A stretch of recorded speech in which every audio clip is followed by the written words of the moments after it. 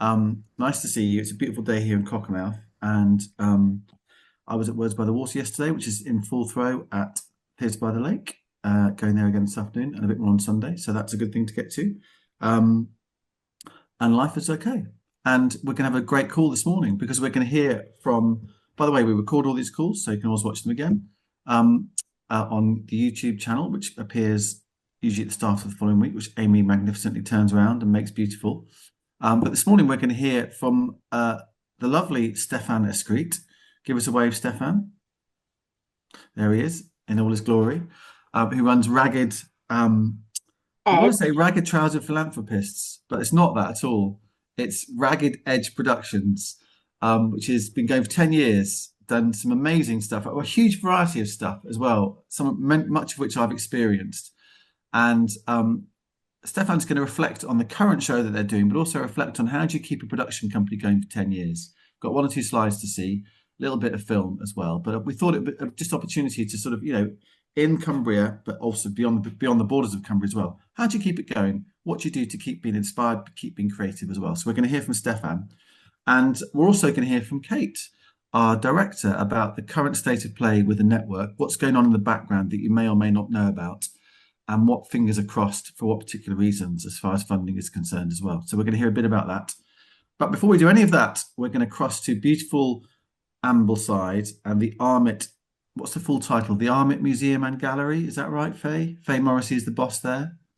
Hello, the Armitt Museum and Library. And library.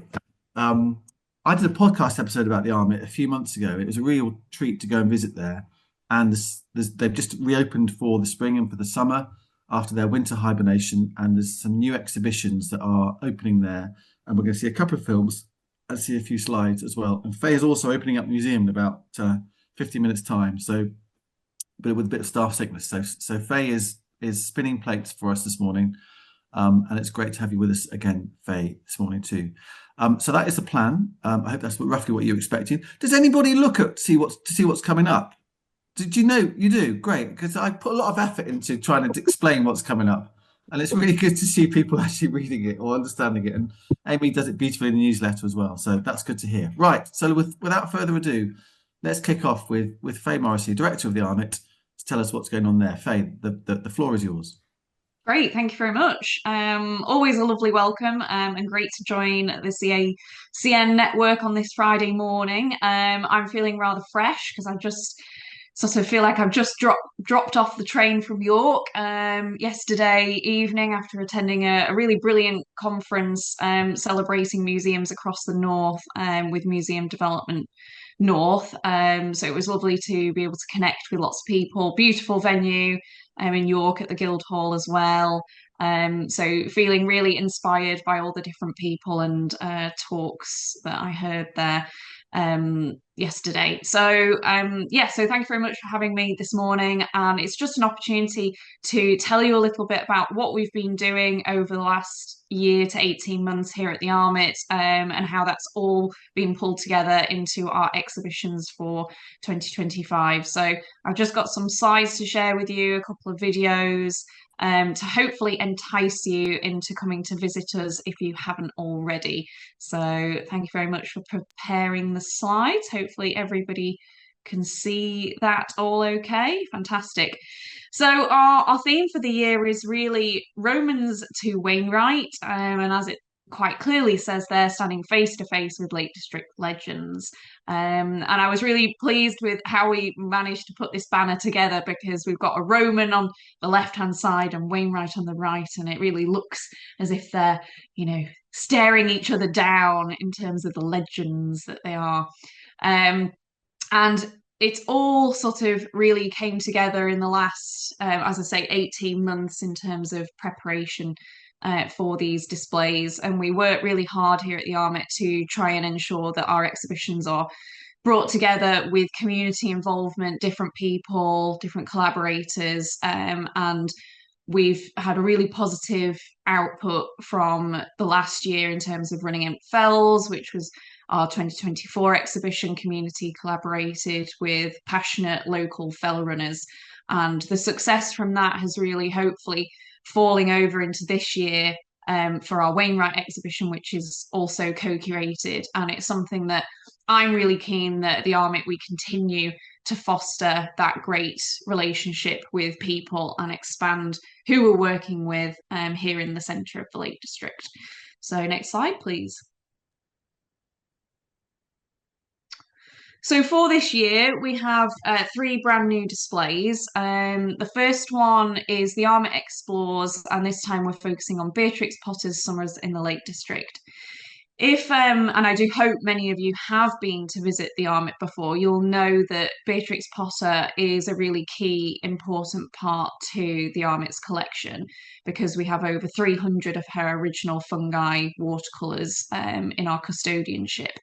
So there's always something on display about Beatrix and something always fungi related. But we do try to change that, look at different perspectives, different angles of her work, and totally different artworks as well. Because we have so many, we're not able to show them all at any one time. They're also watercolors, so we do need to preserve and care for them in terms of light and temperature and humidity. So this year we're looking at her summer holiday locations in the Lake District, and we're focusing on Ray Castle, Lingham in Keswick, Holehurd in Windermere, and Lakefield, which is now called Easwick, which is over towards Hilltop in near Surrey. And all of the works that we are displaying this time come from those locations. We then have our other exhibition, A Battle of Ambleside, a really exciting work to put together. And this is all to do with placing the Ambleside Roman fort, or Galava, as some people know it, back on the map because of some recent investigations that have happened in the last couple of years. And then finally, we have our new co-curated exhibition on Alfred Wainwright. And this is a really, really special exhibition. And I'll talk to you a little bit more about that as we move through the slides. So next one, please.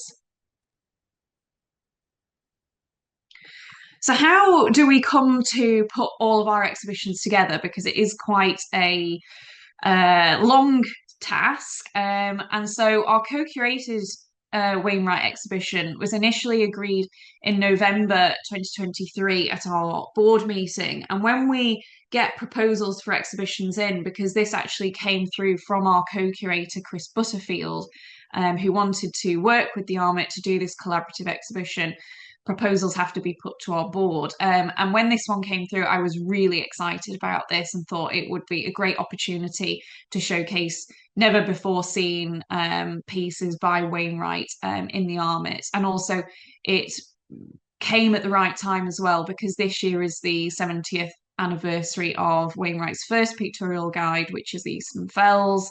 And Chris really wanted it to happen here at the Armitt because of that central location and Dove Crag being just a short hop, skip, and a jump away from the Armitt. So the main development of the exhibition took place towards the sort of summer back end of last year. And a lot of the collection does come from Chris's own collecting an archive that he has amassed over the last 8 to 10 years.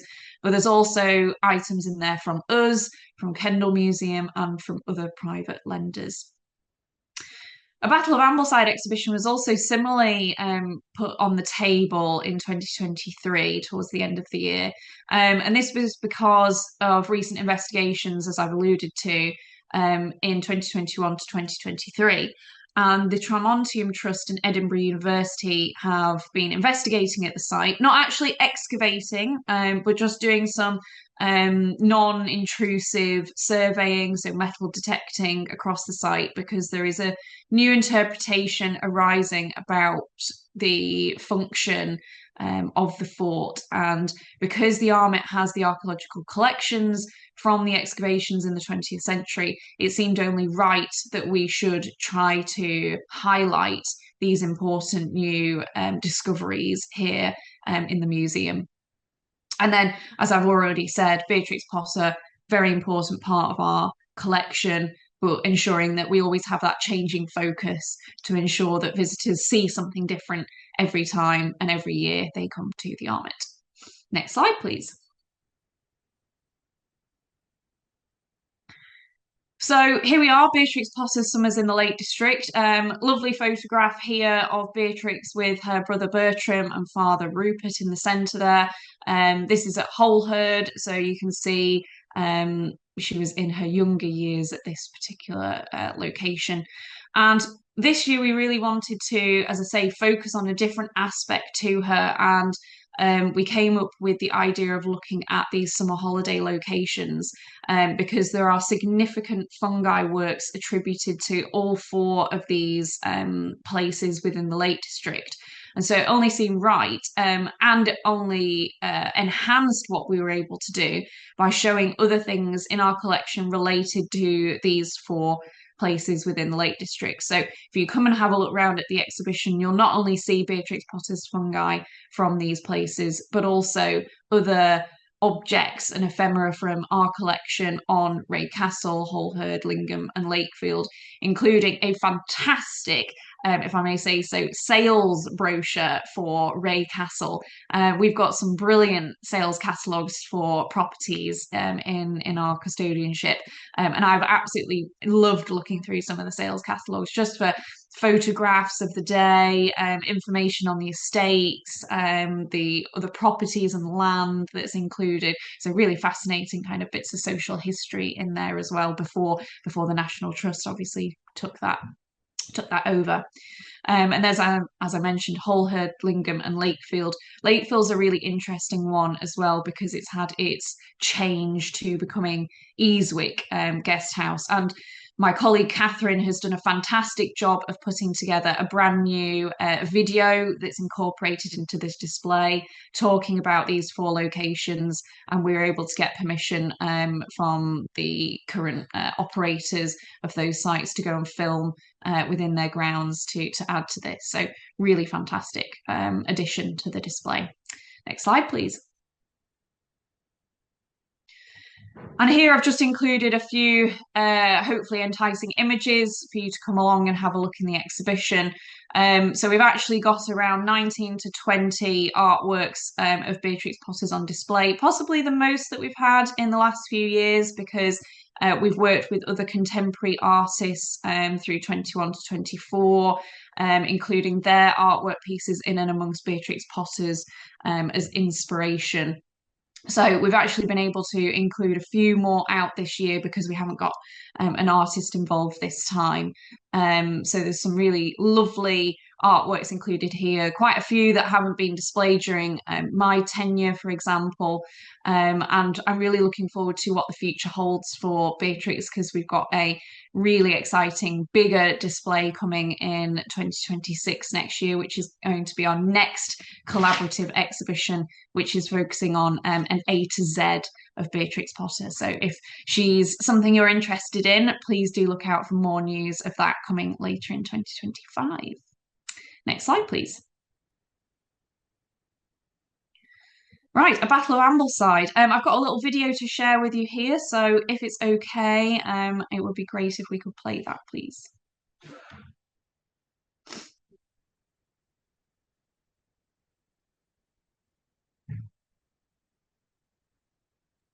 Just bear with me a minute, Faye, because I'm having to come out and go back into YouTube. Yeah, just no reflect worries. on Rupert's whiskers. Rupert's whiskers were magnificent. Oh, his sideburns are some of the best I've ever seen. I aspire for sideburns like that.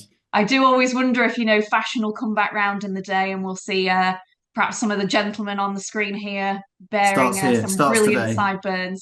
There you go. There's a challenge for everybody. All right, here we go. The Battle of Ambleside.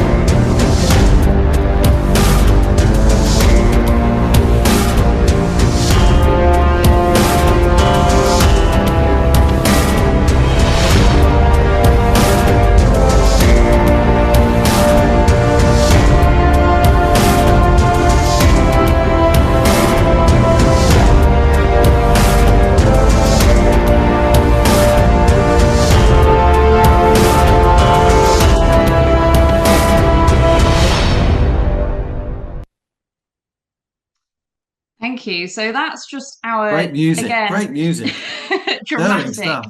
Yeah. dramatic teaser trailer, again, just as a way to hopefully encourage everybody to come along and have a look at it. Archaeology is something I'm really passionate about, comes from my studies at university. So it's been great to be able to put this front and center with us. So when we're back on the slides, we'll carry on to the next one when Amy's ready.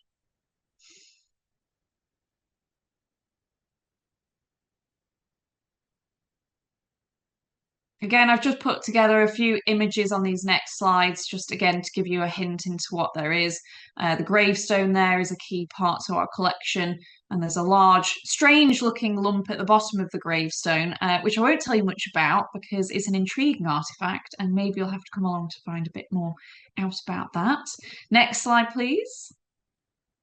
And we also have included in the display some really lovely interactive parts, or what I'm calling stations.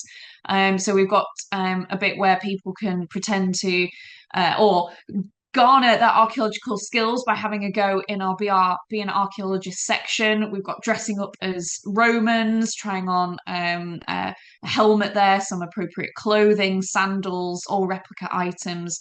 We've got other things like smell boxes, making your own little lead sling bullets, which are a key part to the display, and measuring up to see if you measure up to the height of being a Roman soldier into the Roman army, which had to be about 170 centimeters, which in present day terms is about the height of Lionel Messi, so I believe. Next slide, please.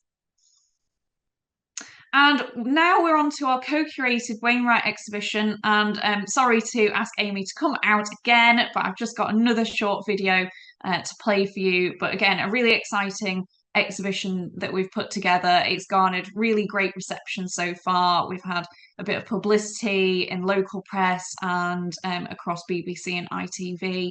So I'm really hoping that everybody can get to these. And just to say, our exhibitions are on for the entirety of 2025. So you don't need to rush to get to them, but do make sure you see them before the 20th of December when we will change around all over again. Right, thank you. 70 years ago, a man wrote a book that changed everything.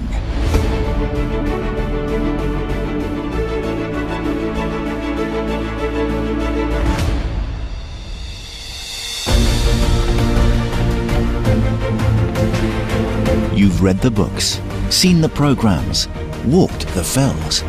Now you can experience Alfred Wainwright as never before. Chris Butterfield and the Armitt collaborate to take you on a unique journey through AW's life and legacy. From how his books were made to the memorabilia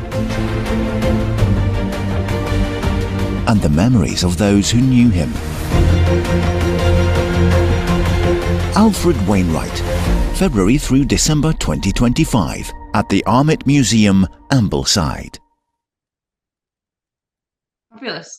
When we got this exhibition video produced, we were so thrilled with how it came out that we went, oh gosh, right, well, we better make sure that the exhibition's just as good as the video. So hopefully you all felt equally enticed by that. So I've not got many slides left. It's just a few more hints of photographs and things to see and give you a hint as to what is on display here.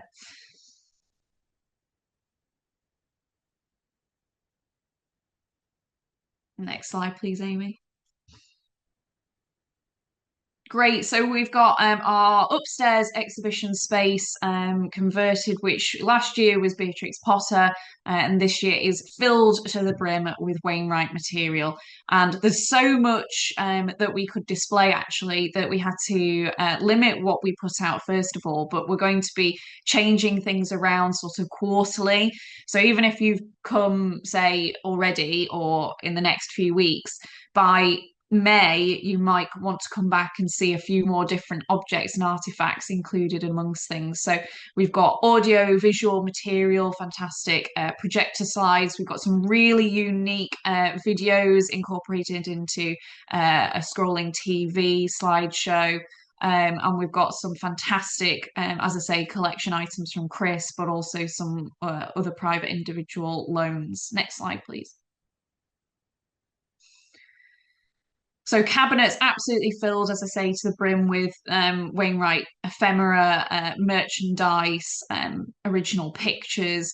And we've got some really great things as well that you can also pick up in our shop as well. We've got some Wainwright prints that have just sold so quickly, and other sort of Wainwright related books and items that you can pick up for yourselves. Next slide, please.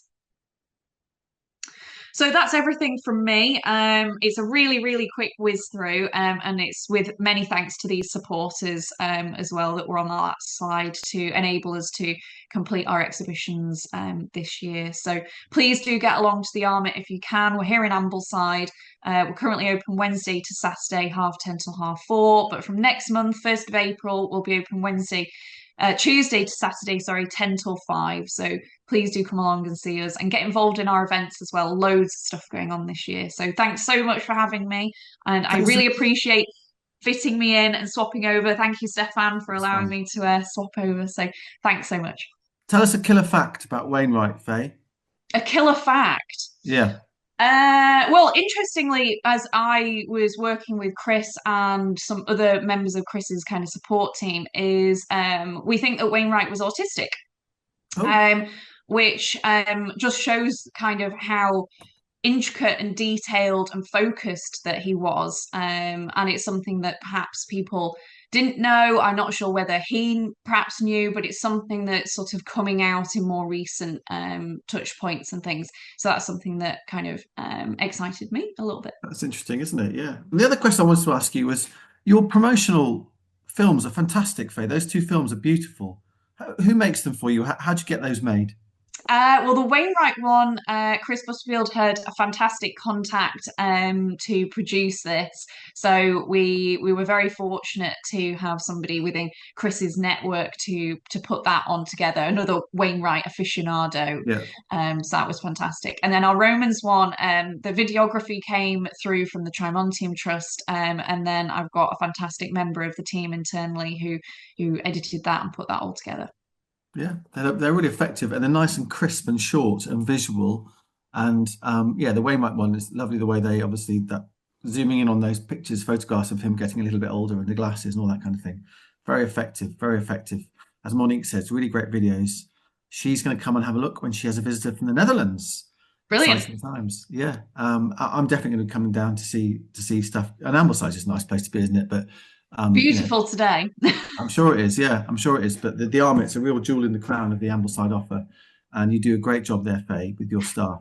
And congratulations on pulling all that together. And exciting for your plans for next year already are afoot. Clearly, all those fungi pictures? She did those herself, did she? Beatrix? Yeah. So they're all original, all Beatrix Posses. 300 plus of them. Right. They've been all over the world as well. So yeah, do come along to look at those if you're interested in watercolors, fungi. Very popular at the moment, fungi. So yeah, come along. Great stuff. All right. Well, thank you very much, Faye. Thank you. Lovely stuff, and good luck with everything.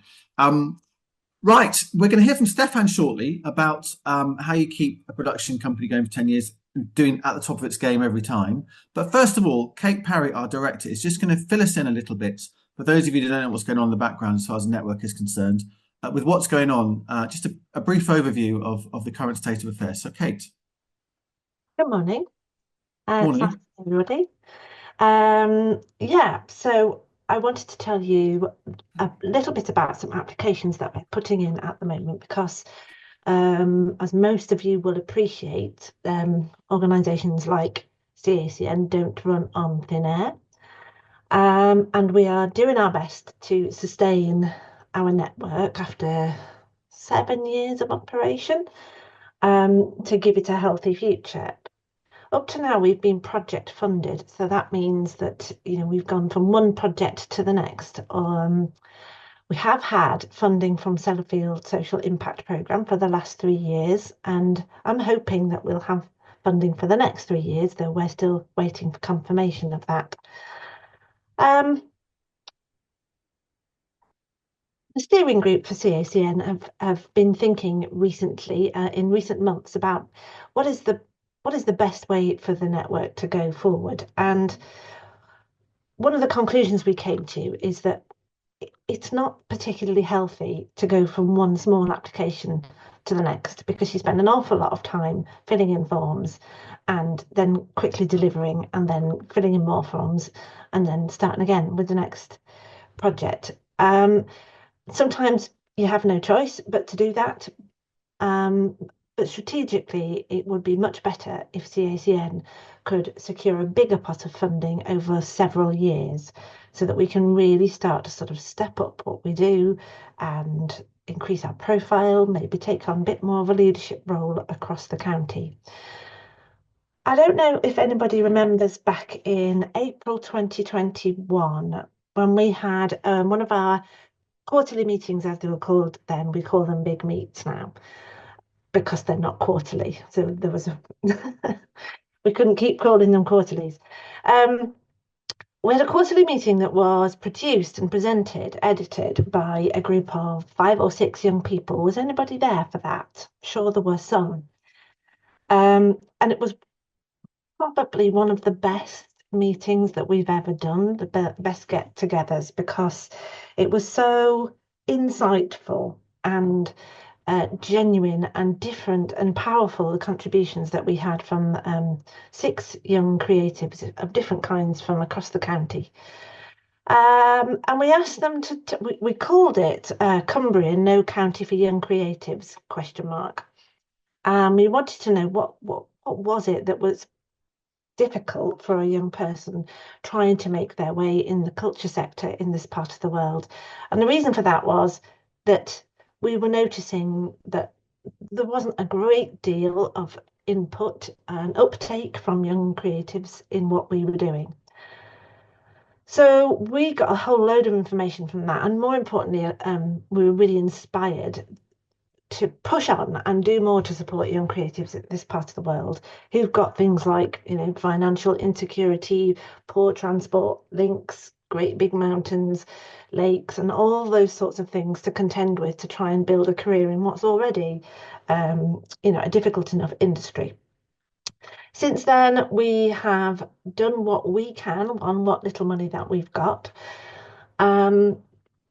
And we've kept in touch with quite a lot of young people. We've done several surveys, and the feedback is often the same, that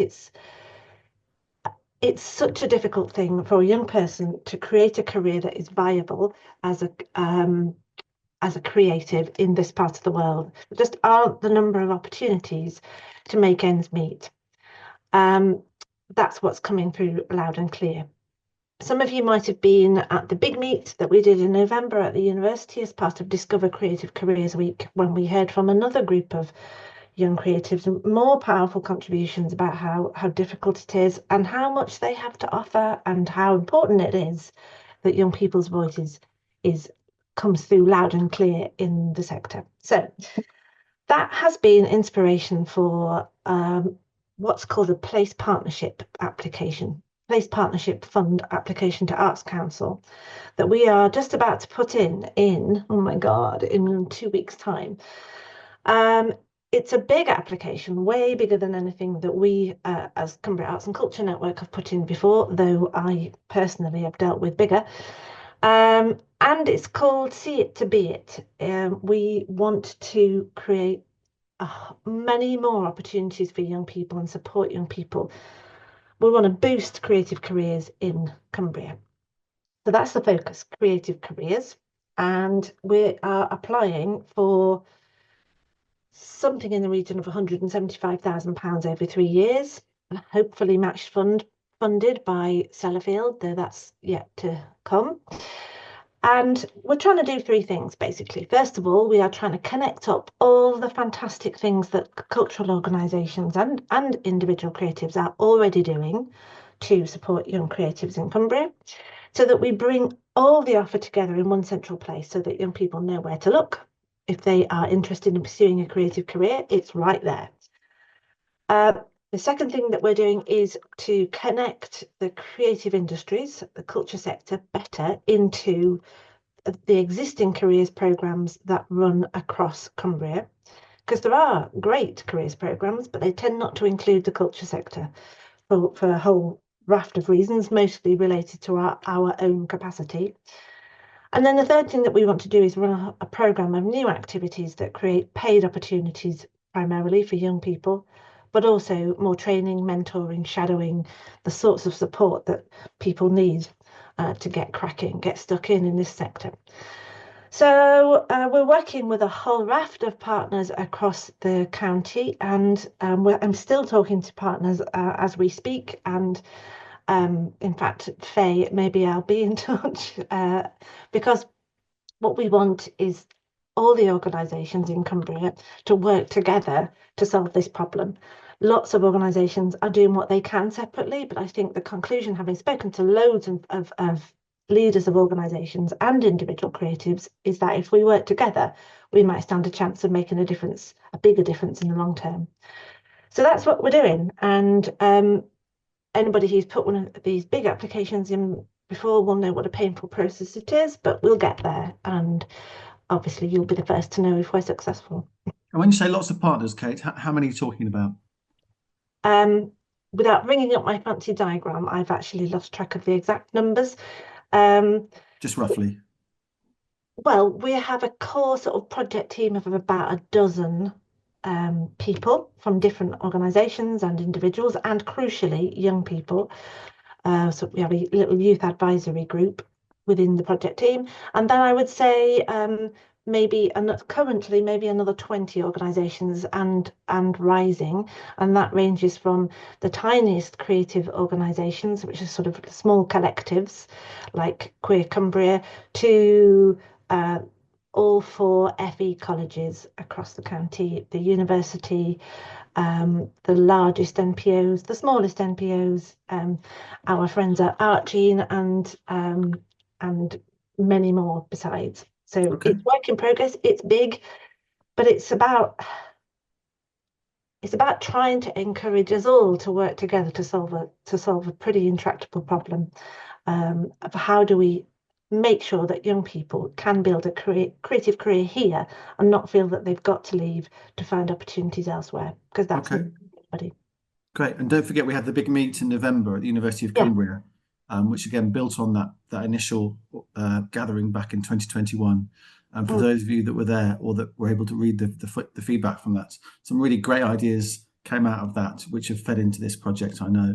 And a lot of the people involved in speaking on that day are also involved in this project to young people as much as people that lead organisations. So some really good connections were made at that as well. Great, Kate. Well, good luck with that. Thank you so much on all of our behalves for all the work you're putting into that, because I know it's driving you a bit balmy at times. Yeah. But a deadline is looming. Get out of the way, and then we all cross our fingers and wait for that Sellafield decision as well, which again is kind of overdue now, isn't it?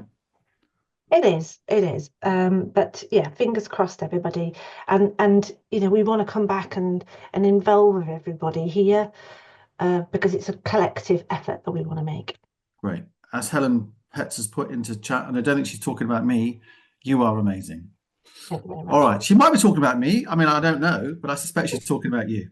Right. Stefan Escreet has already jumped the gun, and he's already lobbing his dates into chat about the session that Ragged Productions are doing over the coming weeks. So let's hand over the reins of this meeting to Stefan Escreet, Managing Director, Chief CEO, everything else of Ragged Productions. Who is that, Stefan? Yeah, it's a plug. Starting away, with for Stefan. our latest show. Thanks, Tom. Thank you. This is one of the puppets that's been made by our audiences in the puppet musical. So there's the plug, which I will come back to. But in the spirit of CACN, I thought I'd use this opportunity, and thanks for having me on, to share some observations and also put out an invitation to anyone out there, or anyone you know out there, who's thinking about setting up a performance company. Because I've had lots of support and advice from people over a lifetime in theatre, and I'm very keen to pass that on. and it would seem a shame to waste 10 years of experience running Ragged Edge productions when that might be a benefit to other people. So I've put my contact details in the chat. If you or anyone else you know would benefit from that, I'm time allowing, very happy to have a chat. That comes out of having a recent experience mentoring for CACN the very wonderful Jules Carter, who's a very experienced person in life and all sorts of things, but a very new theatre practitioner, and it's been amazing working with her. So Ragged Edge Productions. Oh, here we go. First slide, please. Oh, and Jules is currently on tour, isn't she, with her piece all over the place? she is so. She's Yeah, done yeah. brilliantly. Running everywhere. There, oh, yeah, there you go. There's a logo. That'll do. If you see that, go. The shows are great. So Ragged Edge Productions, as I say, I've been working in theatre for 40 years. Oh, my word. As a performer, as a director, and then I did a 12-year stint, just 12 years, as associate director at Theatre by the Lake when it first opened. When I left, I was very keen to carry on making work. It's just what I do, making stuff up. And I've also got a big chip on my shoulder from a lifetime experience of a north-south divide. Of what I would say is borders on prejudice. I've come across some atrocious attitudes about how important work is in London, how not important work is in the north. And I like to do something about that by making decent work. So that's what Ragged Edge is about. It's to celebrate the north and to tell stories about the north and share them all over the place. That's a driving principle of Ragged Edge. There's a style of work that's grown up. Could I have the next slide, please, Amy? That is about acknowledging where we are, who we're with in that moment, and involving them. So I'm very keen on creating performance events and experiences for the audience that are not just about being passive spectators. We try and get the audience involved, not in an embarrassing way, to involve them so they're excited, engaged, and enjoy themselves and make memories. So our first show was the Chef Show. Now this happened after I'd set up the company as a charitable incorporated organisation. Let's keep awake. I'm not going to talk to you about governance, but what I'm saying is, if anyone's interested in how you go about establishing a company, I'm very keen and happy to chat to people about that. So the Chef Show came out of an idea I had when I put on an event in our local village hall, a cookery demonstration here in the village of Bassenthwaite, involving two chefs from our nearest Indian takeaway, Indian restaurant in Keswick, Lakeland Spice.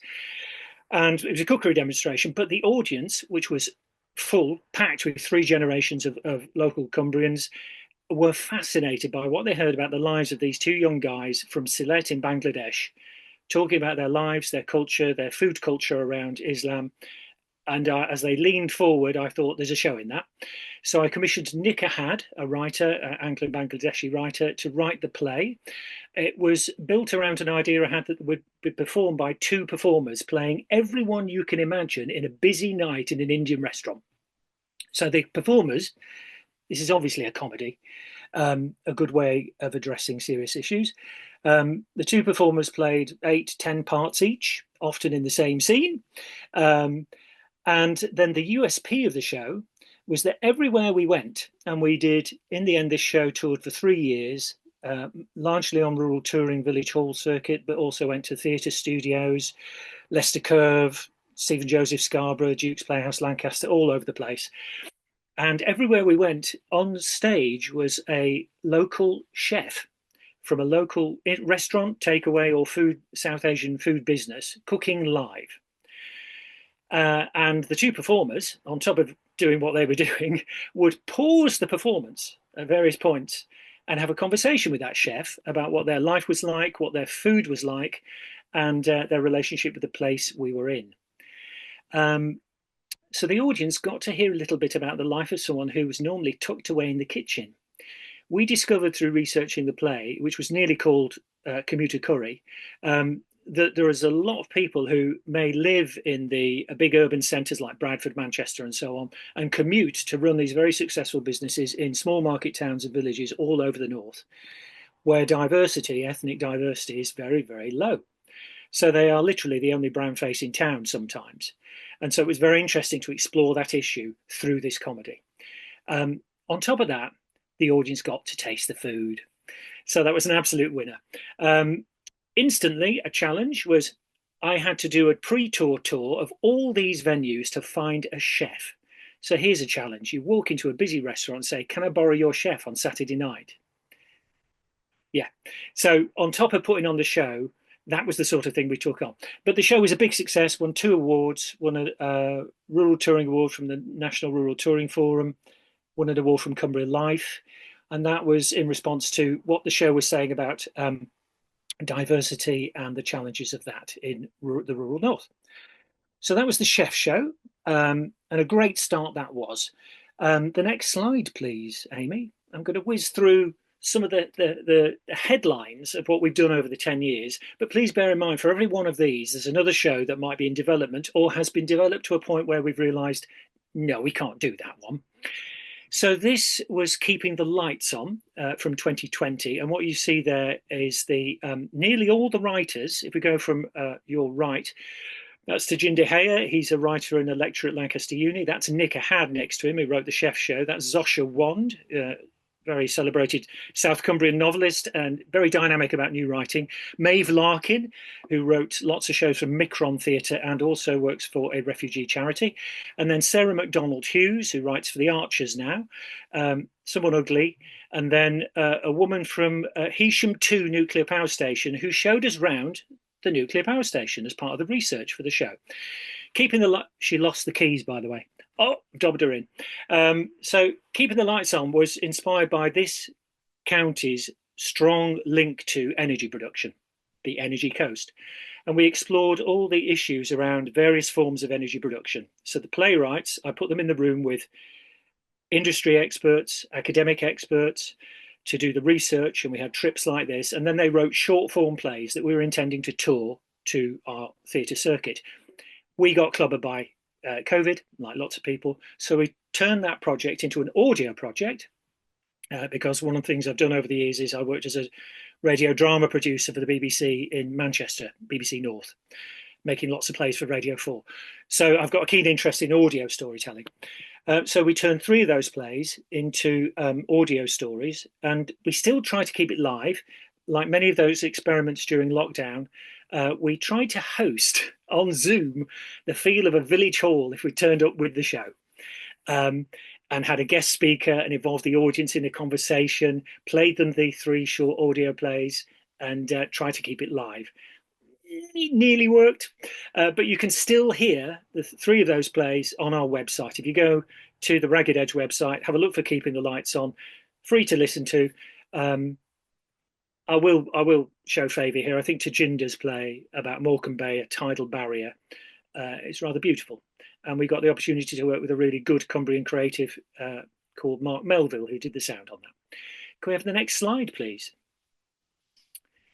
Okay, so then in 2020, the next big development for Ragged Edge was the concept of audio adventures. So, as I've just mentioned, experiencing audio storytelling as well as theatre, and bringing those two together into this approach where we take the audience on a walk around a specially chosen route.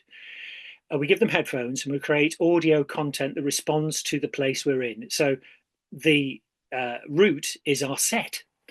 We make those routes accessible to include as many people as possible. We make the performance events short because it's going to rain. We do them outdoors almost exclusively, and they come in all shapes and sizes. So that's a generic description of what they are. We make them in 2 ways. We make them with fully professional companies, and this is an example. This is an image from Red Riding Hood, a show we made for family audiences that we did in Cockshot Wood behind Theatre by the Lake. Done it a couple of times now. Can we have the next slide, please, Amy? Thank you. What we heard there, we did a cheeky version of Red Riding Hood where Red Riding Hood was a 6'4" delivery driver from Red Riding Hood Deliveries. And the wolf was a little girl who thought she was a wolf. And we listened to Grandma telling us the story through our headphones, but she didn't know what was going to happen next. The audience, again, heavily involved, very active, not just passive. They were friends of the little wolf and learnt to howl like wolves. So we had the whole audience howling like wolves in Cockshot Woods. It was delightful. And underneath all that, it was all about littering and the plastic waste that gets thrown into woods. That was the grit in the pearl. And we look forward to doing that again, that show. It's been a delight. Yeah, the other way we make audio ventures, if we could have another slide, please, Amy. is co-creation.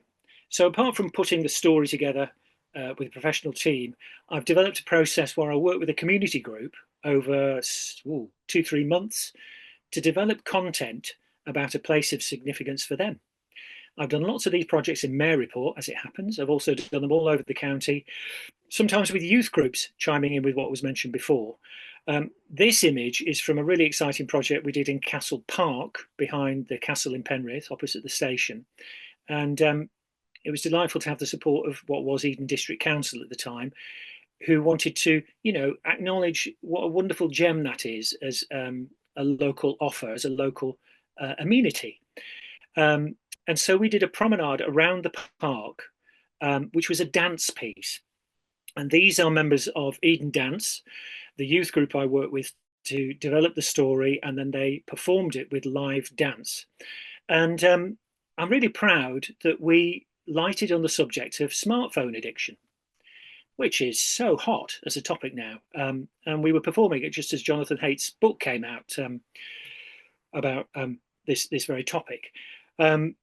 And recordings of this are available. Anyone's interested, I can show you a full recording of the performance. One of the blessings of doing short form performances is we often record them, and that gives us film them, and that gives us the opportunity to share them with other audiences, maybe in live screenings where we give the audience the headphones. Dance works particularly well in this form of presenting work, because a lot of the audio is pre-recorded, and then we celebrate the spectacle of the place we're in by using dance. So the co-creation model is just, I love it. I love it. I love being in the room with people local community members who may not have done anything like this since school days, and just seeing them light up and enjoy expressing themselves and expressing something about the place they live in. Very important. We choose the routes carefully for access, for interest, and for inspiration for whatever the audio venture is. Here's a call out. If you're interested in that, or you know anyone that's interested in that, please get in touch. Always interested in having conversations with people about how we can make an audio venture in a particular place. We work with Prism Arts, Carlisle Youth Zone, Barrowful. We did the Festival of Transport there. And as I say, several times in Maryport, as it happens, with support of the Centre in Maryport and the local authority. So those are audio adventures. Could I have the next slide, please? Okay, aren't they lovely? That's the youth of today.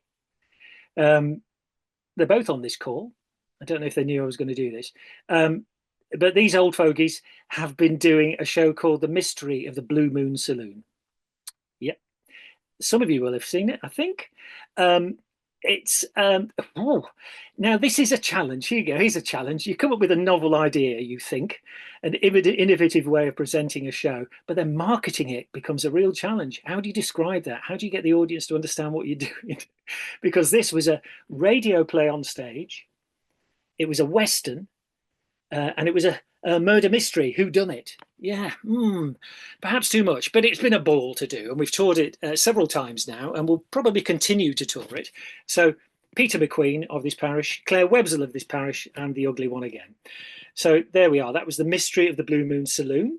Again, involved the audience massively, because what we did was we laid bare the tools of methods we use in audio drama production in the first half of the show, and got the audience to make some of the sound effects collectively or individually, and then we got them to record little cameo roles that were then dropped into the performance of the full radio play in the second half. And it's been great fun. And we might be doing a follow-up. Yeah. Ooh, you heard it here first. Can we have the next slide, please? Oh, I think that's it. Oh no, the next slide is in fact is a film. There we go. Which we'll have in a second. So that brings us to working with the next generation of young creatives in Cumbria. It's been a delight to work with Imogen Barnfather and Owen Evans, who I think represent what Kate was talking about, on a new, yet again, rather riotous show or event that involves the audience massively.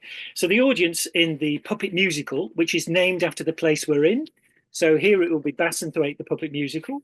or it could be Cockham the Puppet Musical. We've done that one. We're about to go and tour, and we named the show after the place we're in, because we tell a fictional story with puppet characters that the audience makes. She's quite scary, actually, isn't it? Put her away. We take the audience through a process of making puppet characters. This is a peacock. This is a peacock that was made by kids in Maryport. Maryport, the puppet musical, recently. Rather brilliant, I think. And we take the audience through making paper puppets. We give them masking tape, newspaper, scrap paper, chip paper, take them through a quick process of making a puppet. They love the make and do-ness of that. They just love it. They take great pride in it. I know Phil took his home when he came to the... he's got it there behind him. Here we go. Yeah, you see? Just marvellous. Then we very rapidly get the audience to invent a character for their puppet. And then equally rapidly, we get them to make up the backstory and the relationships between all these puppet characters. This is how they write Corrie.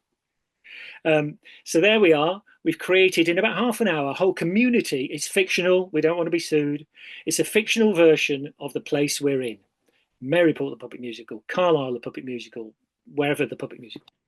And then we apply that to, yeah, it's cheesy. It's a really formulaic musical theatre show that we hope will be in the West End next year. And that's where we hand over to the genius of Owen Evans, who improvises songs, stock songs from a story arc, which is a musical theatre show, all built on the suggestions from the audience. They choose the hero, they choose the villain, they choose the nature of the confrontation. They make props at the drop of a hat. Yeah, it's a really great way of making friends if you haven't come with friends, because we get people to work in teams. It's a great way of celebrating and acknowledging the place we're in. Yeah, nothing but smiles so far. And I've put in the chat our dates that are coming up in this short spring tour prior to a larger tour in the autumn. And we made a little promo. And this is from when we have done performances in a wonderful residency at the Centre in Maryport, which came before our performance there. And this is our promo. Thank you.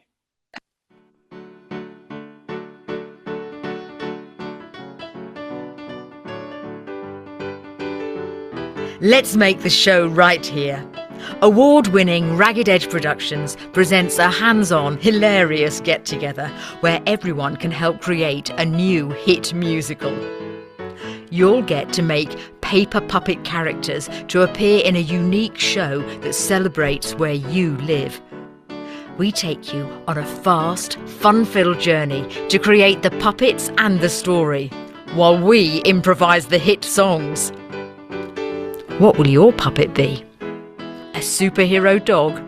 A tiny ghost? A grandma with a romantic secret? The Puppet Musical is a great night out for everyone, suitable for adult audiences as well as family audiences. It's make and do, and you make it up. For further details, please visit raggededgeproductions.co.uk.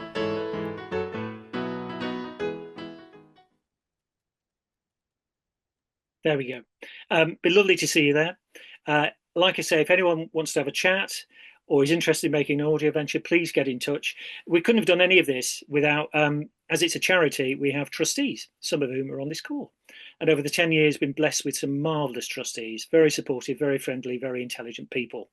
Couldn't run the charity, and that's what we are, without them. So it's important to acknowledge them. Thank you, Stefan. Very good looking trustees as well, by observing them on the call this morning. What a great, just the smiley faces in that little promotional film, just slightly inspiring. Well, very inspiring actually.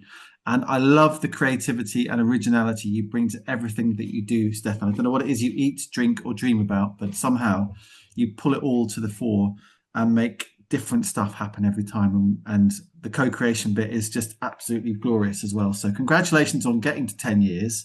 Here's to the next 10 years, and keep doing more of what you do already. It's an absolute joy to have you on the call this morning, and to tell us about it. Phil saying the puppet musical. So Phil, just in 30 seconds, Phil, you made where did your puppet come from? How did that happen? Show us your puppet again. This is Mildred. and she had a whole backstory, and she discovered a secret about one of the fellow neighbours in Cockermouth, and the whole story was spun out into musical form from there. And we had Derek.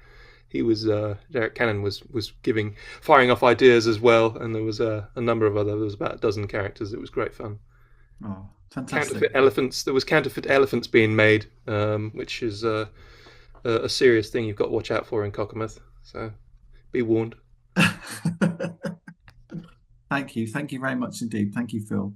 Thank you very much to Faye and to Kate and to Stefan for your contributions this morning. Next week we're going to hear from Forgotten Lands, which is a great festival near Bewcastle in north of the county. That's going on again this year. And also, I invite you to come and meet Megan Richards, who is a young filmmaker at the University of Cumbria, who's made an award-winning film about the Iberian lynx in Spain. And she's going to tell us her story and about how the university has supported her. And we're going to see a clip of that film. We might even see the whole thing. It's about 7 or 8 minutes long. I'm not sure yet. But it's a really beautiful film, and it's been made by a young Cumbrian. I think she's 26 or 27, to be celebrated. So I invite you to come and meet Megan next week on the call. Thanks for your time this morning. Great to see you all. Thanks for lovely contributions as ever. Enjoy your weekend, and see you all again soon.